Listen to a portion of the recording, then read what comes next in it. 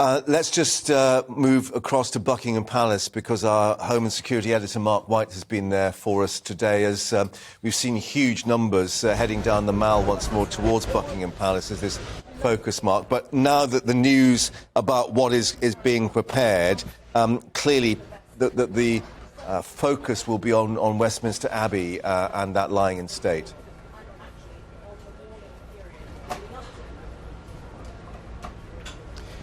Yes, that's right. I think that many people who are here today will want to make the effort to come back here, perhaps to see the coffin for Her Majesty the Queen as she lies in state in Westminster Hall, and of course the funeral itself that we know now is taking place on the 19th of September. Those details just filtering through to people here. There's so many people here, Mark, that there's actually real issues with the kind of data on their mobile phones, because so many people are sapping that data. And of course, because there's a big operation that's taking place in the capital in terms of a security operation, you've got the emergency services, in particular the police, who've taken over a lot of the bandwidth that would be available for mobile phones. So people are getting it. Bits and pieces of information are coming through slowly to the crowd here. But yes, they have been coming en masse today, as we absolutely expected they would do, because of course on Thursday and Friday people were at work. There were many tourists who were here, people who were coming away from work at lunchtime or when they finished up for the day were making their way down here. But now, of course, it's the weekend. There is an opportunity for people right across the country, if they're so minded, to come down to the capital to pay their respects, and of course to do something similar up in Edinburgh, as we now know that Her Majesty's body will be taken from Balmoral down to the Palace of Holyrood initially, and then the next day moved to St Giles Cathedral for that service there, before the following day after that coming down to London itself. Buckingham Palace initially,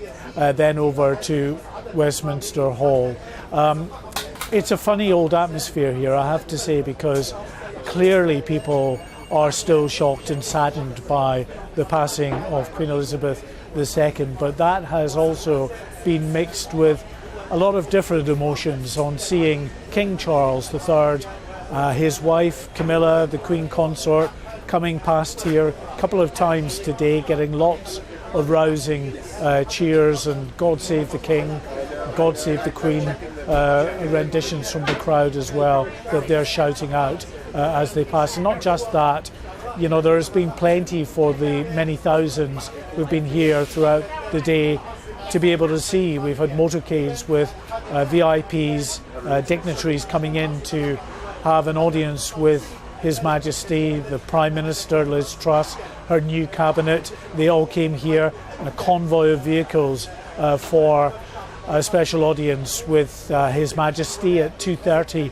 this afternoon. Before that was the Archbishop of Canterbury. After that was the leaders of the opposition political parties, and then the Dean of Westminster. It has been a very busy day for King Charles, because of course before that we had that accession ceremony that took place just up the road there at St James's Palace, and that was so historic as well, in the sense that this had never been televised before. But even, you know, had it been televised in the past, no one would have remembered it, because it was so long ago, 7 decades ago, the last time that we had such an accession ceremony.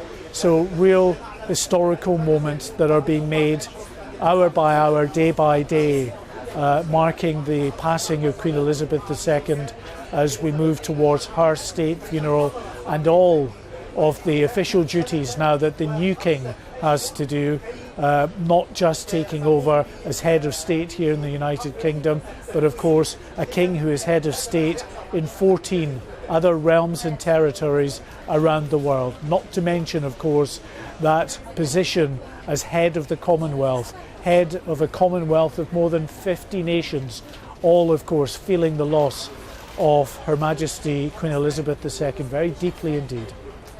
And Mark, this will be the first state funeral since 1965, with Winston Churchill's funeral. Heads of state and politicians from across the world, including, we understand, President Biden from the United States, who said he would like to be there. One thinks about the security considerations for that, and yet we understand that senior members of the royal family will be following behind on foot.